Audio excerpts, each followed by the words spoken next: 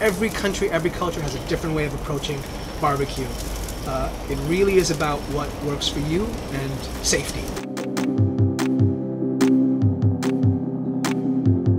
Hello, welcome to Taste Buds, and this is Joyce. I am very excited about today's video because I'm here to see my friend Josh, who is a home cook but also a gardener. He runs a show called Clumsy Gardener, and sometimes he'll use the herbs from his garden and marinate his food with it, and that's what we're here to do today.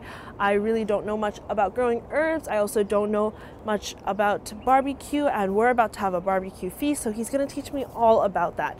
Make sure you keep watching because we'll kind of go over some beginner tips on how to do your own barbecue. Yeah, so my interest in gardening was piqued when I was a kid, growing flowers in yogurt pots with my mother, marigolds more specifically. And as an adult, I've been gardening now for about 10 years, a bit more than 10 years now. I just wanted to have a better connection with the food that I eat. Josh cooked some chicken wings for me, marinated with herbs from his own garden. We have some green lemongrass. Yeah. We've also got some curry leaves. And this right here, this is some Asian dill. I didn't come empty-handed.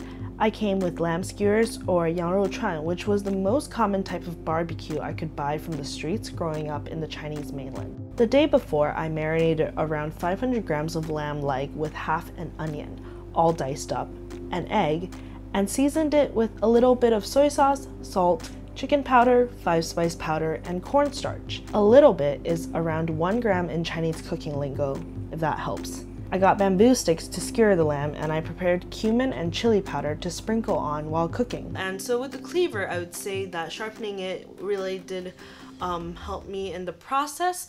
I don't have one of those fancy sharpeners that I see some professional chefs using. Instead, I just use the bottom of a bowl.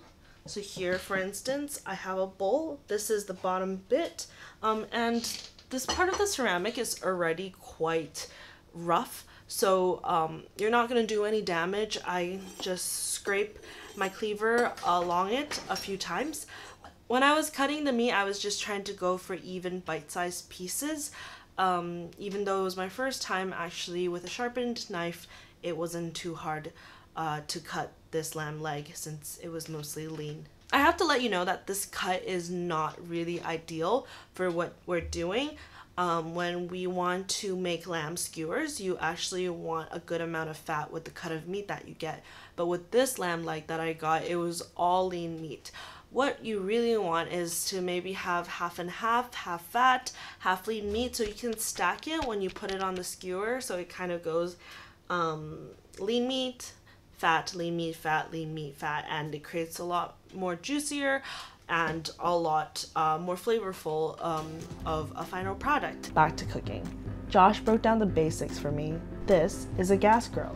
After you turn it on, close the hood and preheat the grill for about 10 minutes. The heat transfer to the grates prevent meat from sticking to the grill, as well as give it those classical barbecue charred grilled marks. There are two parts to this grill, the actual grill and the flat pan.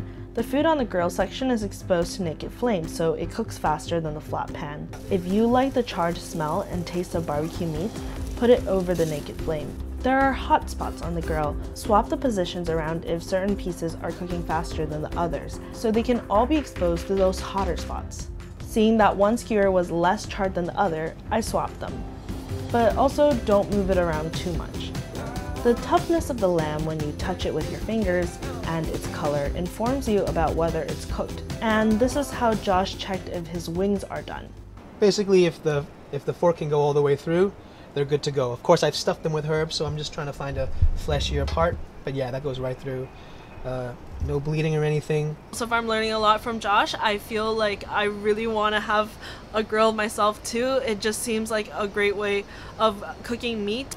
So the chicken wings, I knew we wanted to get it nice and charred and grilled on the outside. That's something you mentioned, how you like it as well. So that we started grilling over here first. And then the lamb, you said you didn't particularly mind it being cooked longer.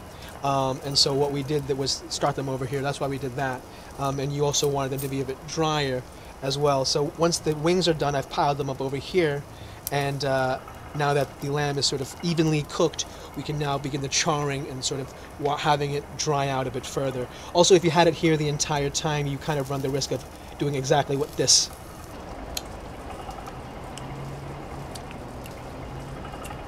Jerky. And this was the concern always, just because. And you were right. Just because it'll dry it out, this is not the fat. But you were right about that. However, the flavor is fantastic. You think so? I really like the flavor. You don't think the 5 spice overpowers it too much and takes away from the lamb? You can maybe tone it down a bit. Yeah. But I think when it's cooked like this, I think it tastes really, really good. And it's not as savory as it was before. Okay. I think you've cooked it longer, that's why. Anyway, this is what we came up with. If you're curious about the wings, you'll have to subscribe to the Clumsy Gardener. The link is in the description below to find out what we did with the chicken, how we used the herbs, and we'll see you next week. Bye!